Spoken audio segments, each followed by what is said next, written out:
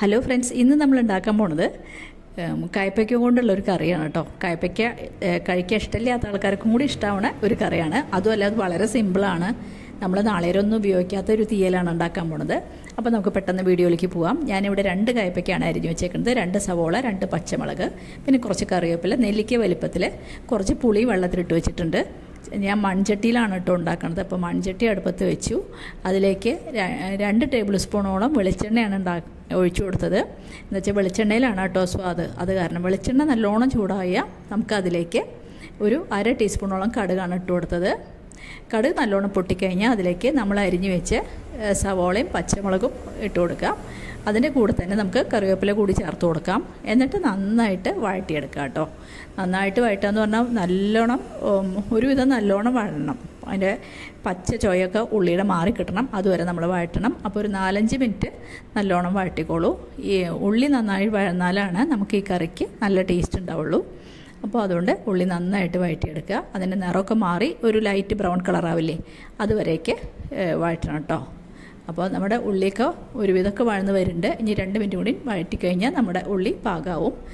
ഉള്ളി ഇപ്പോൾ നല്ലോണം മൂത്ത് വന്നു. അതിലേക്ക് 2 ടീസ്പൂണോളം മല്ലിപ്പൊടിയാണ് ചേർത്ത് കൊടുത്തത്. പിന്നെ നമ്മൾ ചേർക്കണത് ഒരു 1/4 ടീസ്പൂൺ മഞ്ഞൾപ്പൊടി. പിന്നെ എരിവിന് നമ്മൾ ചേർത്ത് കൊടുക്കുന്നത് 2 ടീസ്പൂണോളം നല്ല മുളക് പൊടി തന്നെയാണ് ചേർത്ത് കൊടുക്കുന്നത്. അപ്പോൾ ഒരു കൊഴുപ്പും ഉണ്ടാവും. എരിവ് കുറവ് വേണമെന്നുള്ള ആൾക്കാർ മുളക് പൊടി കുറച്ച് ഒരു 1-1.5 ടീസ്പൂൺ ഇട്ടാൽ മതി കേട്ടോ. എന്നിട്ട് നന്നായിട്ട് ഒന്ന് നല്ലോണം ഇളക്കി കൊടുക്കുക. ഇളക്കുക എന്ന് പറഞ്ഞാൽ നല്ലോണം മൂക്കണം നമ്മുടെ മസാല കേട്ടോ. അതുവരെ നമ്മൾ ഒന്ന് നല്ലോണം ഇളക്കി കൊടുക്കണം. മസാലയും നല്ലോണം മൂത്താലാണ് കറിക്ക് സ്വാദുണ്ടാവുള്ളൂ അല്ലേ. അത് കാരണം ഒന്നും കൂടി നല്ലോണം ഇളക്കി മസാല മൂപ്പിക്കുക. മസാല ഇപ്പോൾ നല്ലോണം മൂത്ത് വന്നിട്ടുണ്ട്. നമുക്ക് അതിലേക്ക് കയ്പ്പയ്ക്ക ഇട്ട് കൊടുക്കാം. നമ്മൾ അരിഞ്ഞു വെച്ച കയ്പ്പയ്ക്ക ചേർത്ത് കൊടുക്കുക. ഈ കയ്പ്പയ്ക്ക ഇട്ടിട്ട് ഇനി നമുക്ക് നല്ലോണം ഒന്ന് വഴറ്റി നല്ലോണം കയ്പ്പയ്ക്കയിൽ നല്ലോണം മസാല പിടിക്കണം. അതുപോലെ കയ്പ്പയ്ക്ക ഒന്ന് വാടി കിട്ടുകയും വേണം കേട്ടോ. അതുവരെ കുറച്ച് നേരം നല്ലോണം വഴറ്റിക്കൊള്ളുണ്ടു.